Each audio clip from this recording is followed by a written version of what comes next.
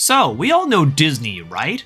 Rhetorical question, of course, but fun fact about them, they used to make good movies. Admittedly though, that's not a horribly hot take these days, with plenty of audiences being tired of Disney recycling their past IPs and lackluster live-action remakes or dumping them all over the parks without any regard for theming or tradition. But before Disney started milking Marvel, or milking Star Wars, or even before buying Pixar, there was a time when Disney consistently made amazing original animated films that shaped an entire generation of children and adults alike, with breathtaking hand-drawn animation that still dazzles to this day and stories that resonated with people all over. This era is called the Disney Renaissance and took place from 1989 with the release of The Little Mermaid up to the release of Tarzan in 1999. Throughout this period, Disney consistently enraptured audiences with incredibly quality movies, except one, and a focus on keeping that sense of quality hand-drawn animation above all else, like the mentality Walt Disney himself had in his own lifetime. But out of all these films, one movie seems to stand out far above the rest with its markedly darker tone, a much more grounded villain, and themes that were directed to society at large, that being Disney's The Hunchback of Notre Dame.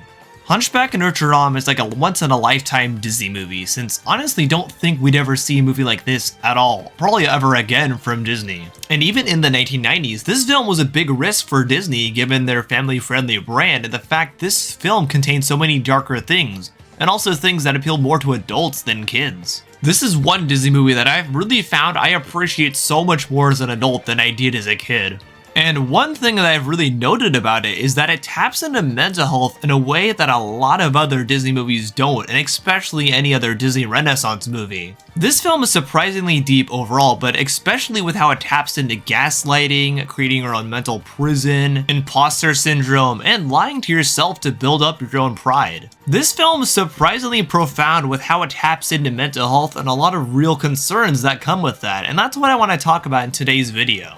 I'm going to be discussing a few specific conditions that are often associated with mental health that I think are showcased really well in this film. I hope you all enjoyed this video. But before we begin, be sure to like this video and subscribe if you haven't already. Comment below telling me if you like this new format, and if there's enough demand, I'll keep making videos like this, where I examine the psychology of a particular piece of media. Share this video with a friend also if you think they may like it, and consider joining my Discord if you haven't already. But anyway, on to today's video. So the first main condition that I want to discuss here that I think Hunchback shows off pretty well is gaslighting. This particular condition is very prevalent throughout the whole course of the film, since Frollo, as the main villain of the story here, is actually constantly gaslighting Quasimodo. There's actually a few reasons Frollo consistently does this throughout the film, if you pay attention to his character and what he's specifically trying to do in the film. First off, Frollo is clearly somebody who craves power, and he has power over all of France, and he wants to use this power to eradicate the gypsies, who he views as a curse or a blemish on the city of France. But it's also this power trip he is on that leads him to gaslight Quasimodo in the first place, because he likes having that sense of superiority over others, and he sees Quasimodo as an easy mark to exert this on. He constantly verbally abuses Quasimodo, calling him ugly and teaching Quasimodo to call himself this as well, which admittedly is a very common tactic for gaslighting people overall. Frollo also pushes his own beliefs onto Quasimodo and tries to force him to believe these things as well, such as the fact that he believes all gypsies are evil, and the fact that he thinks everybody except for him is corrupt. This is an incredibly heavy thing for this Disney film to open up on at all, but it's handled in a very realistic and very impactful way. And we definitely see the effects that Frollo's gaslighting has had on poor Quasimodo. He truly does believe himself to be ugly and a monster because Frollo has constantly been feeding him these lies all his life. And for the same reason, he does believe that all gypsies are evil just because Frollo, again, has been feeding him that lie all his life too. Of course, later in the film, it happens to be a gypsy girl who actually saves him from being ridiculed and tortured by the crowd at the Feast of Fools. Esmeralda is actually the first person that's ever shown him any kind of positive attention ever in his life, so he begins questioning everything he's ever known, or has been taught to him rather. And he begins thinking that gypsies might not be as bad as Frollo has told him they are. This is where we really begin to see Quasimodo breaking free from the gaslighting and really beginning to think for himself instead of just believing everything that Frollo has told him. Which leads me into my next topic, that being imposter syndrome. Imposter syndrome is defined as an ongoing fear that somebody is going to be found out or unmasked as being incompetent or unable to replicate past successes. We actually see imposter syndrome in Quasimodo himself not long after the midpoint of the film. This is, again, after he's shown real kindness from Esmeralda, and it's the first time he's ever experienced anything like that before in his life. He is able to successfully save her from Frollo and his guard by helping her escape from the cathedral, and he's also able to successfully save Phoebus from being caught by Frollo and killed.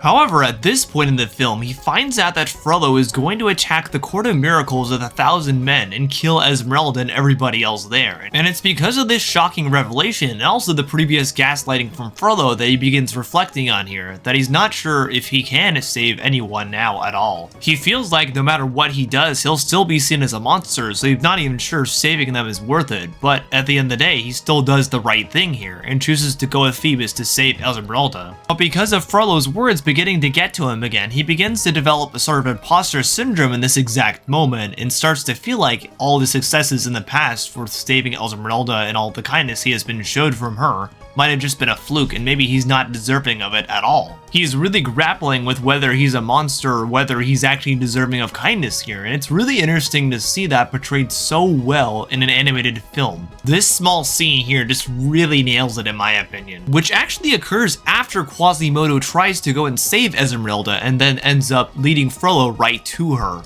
It's all my fault. But it make. But you can't let Frollo win. He already has. So you're giving up? That's it? These chains aren't what's holding you back, Quasimodo. Leave me alone. Okay, Quasi. We'll leave you alone.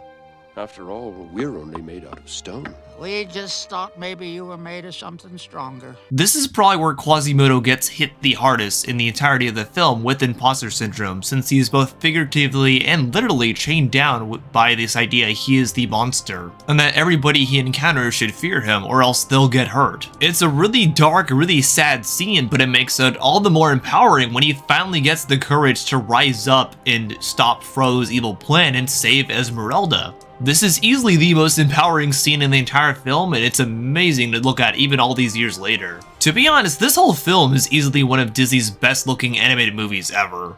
There are some fantastically gorgeous shots of France throughout this entire film. As for my next point on how this film tackles mental health, I actually want to look at the gargoyles, oddly enough. The gargoyles in this film are seen as pretty unfunny, rather obnoxious sidekick characters that are likely just shoehorned in by Disney just to fill a marketing quota, which, to be honest, is more than likely. However, I choose to read the gargoyles as more like projections of Quasimodo's mind and his desire to feel happiness. For the entirety of his life, Quasimodo has been trapped in this bell tower with no real sense of happiness and no real companionship whatsoever. So I think it's only natural that after a while he would develop these sort of projections that are almost like a representation of his real desires to be accepted and feel happiness and be able to laugh in life. His long-awaited wish is to be able to be out there and amongst the people and be accepted by them, and I think these gargoyles are sort of a projection of that desire, since they're constantly egging him on to do that and go outside and defy Frollo and his gaslighting. I think it's an easy way to read these characters and be able to keep the overall message of the film intact. And at least for me, that's the only real way these characters fit in this story.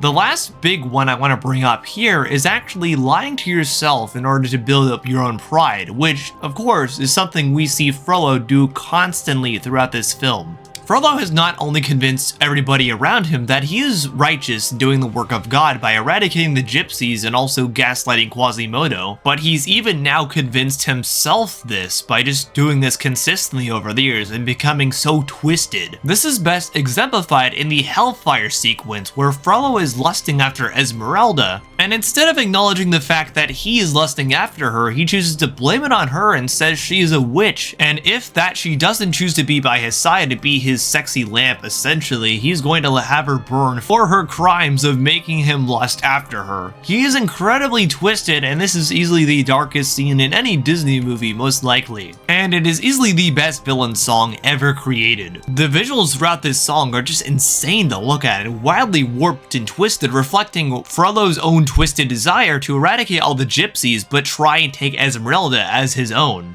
Frollo is generally seen as the darkest Disney villain ever created, and rightfully so. Perhaps the most interesting thing about Frollo when compared to other Disney villains is that he doesn't really have a single likable trait at all. While other Disney villains do contain some more fun elements like Hades from Disney's Hercules or even Gaston from Beauty and the Beast, Frollo is just deathly serious in everything he does and has no real comedic value at all. He's also an incredibly grounded villain since he's not a sorcerer or a witch or anything like that. He's just a real man with really dark desires, and is using religion as an excuse to execute those dark desires. He's an incredibly realistic villain, and people like him have existed in real life and still do to this day. That is what makes him the single most terrifying Disney villain ever, because he's a real person.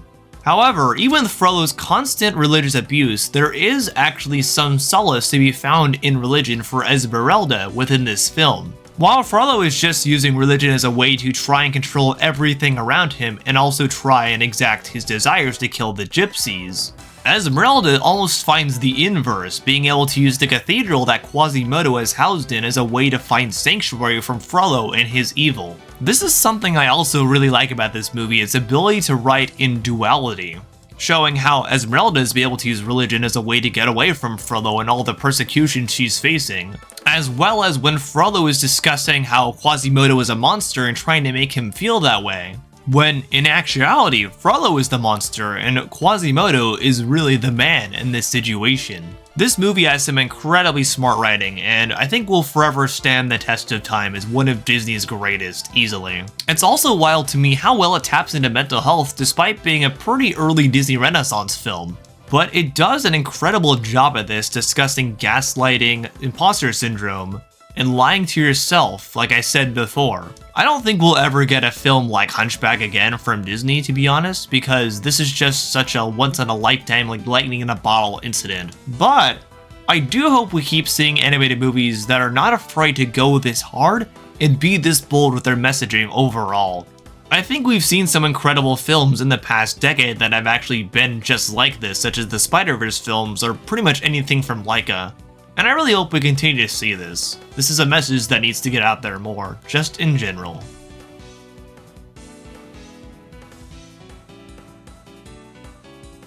Hey, thanks for watching. If you liked this video, give it a like. If you didn't like it, give it a like anyway.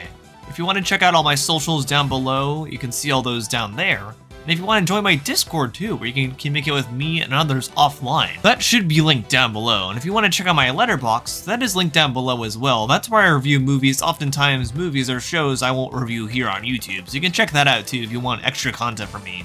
But for now, I've been Noah the Otter, and I'll see you on the other side. Bye!